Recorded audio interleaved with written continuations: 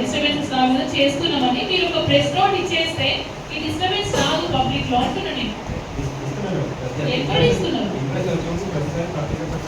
రోజు ఇంటరప్షన్ వస్తుంది. మీరు ప్రెస్ నోట్ ఇచ్చినా దాన్ని లెక్క చేయరు. ఏదో వారానికి ఒకసారి పోయిందంటే ఏదో రిపేర్లు చేస్తారు కాబట్టి కరెంట్ తీసుకోవడం అంటే నమ్ముతారు. రోజు గంటకోసారి అర్ధగంటకోసారి పవర్ పోతే ఏమంటారు?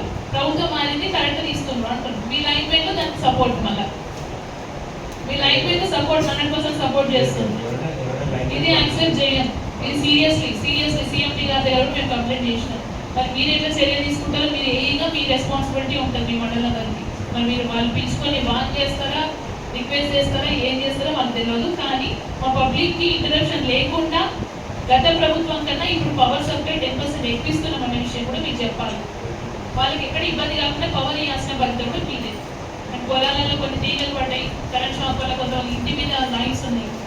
అవి ఎట్లా చేస్తారు అనేది ఒకసారి ప్లాన్ చేసుకోండి. And mandal wise complete report ఇవ్వమని చెప్పినాం.